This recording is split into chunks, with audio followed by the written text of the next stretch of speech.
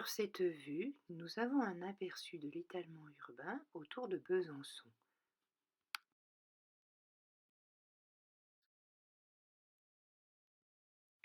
La commune de Besançon a connu une forte croissance urbaine à partir des années 50-60. Les constructions se sont multipliées, notamment les pavillons individuels. Puis, ce sont les communes périphériques, essentiellement vers l'ouest de Besançon, en allant vers Gray, qui se sont le plus développées et aménagées.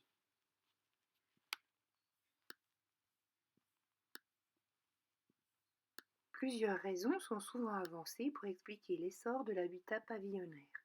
Un coût plus faible du foncier comparé au prix élevé du mètre carré dans le centre-ville, la généralisation de la voiture individuelle, l'avènement du chacun chez soi, rompant ainsi avec les modes de vie antérieurs, regroupement de familles sur plusieurs générations au sein d'un même espace, le désir de vie à la campagne et d'une maison individuelle, le besoin d'espace et d'un cadre de vie préservé, et les multi-activités accrues au sein des ménages, conduisant les deux personnes actives à rechercher alors la meilleure localisation. On remarque sur cette vue d'importants espaces agricoles en contact direct avec les habitations. Cela crée une discontinuité. Il y a une réelle imbrication des différentes activités, l'activité agricole, les espaces forestiers et également les habitations nouvelles.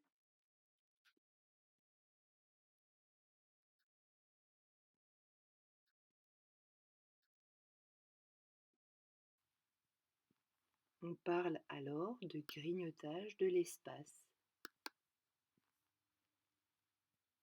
L'extension de l'espace urbain en direction des campagnes pose aujourd'hui des questions. Quel avenir pour ces terres agricoles? Alors que les habitants recherchent une qualité de vie en lien avec la nature, l'extension de l'urbanisation exerce une pression sur l'écologie.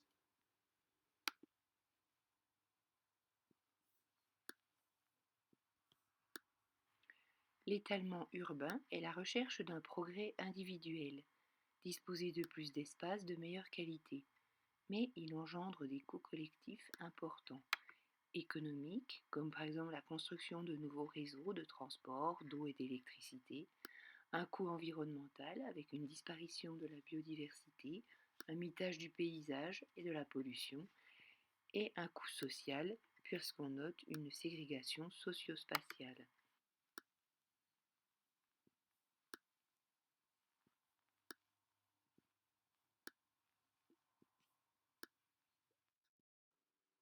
Le coût élevé du logement pousse les familles les plus défavorisées toujours plus loin. Les espaces autour de Besançon, où se développe le péri-urbain, sont des espaces qui permettent un aménagement avec automobile. Ils sont proches des centres commerciaux, de carrefours et d'axes routiers.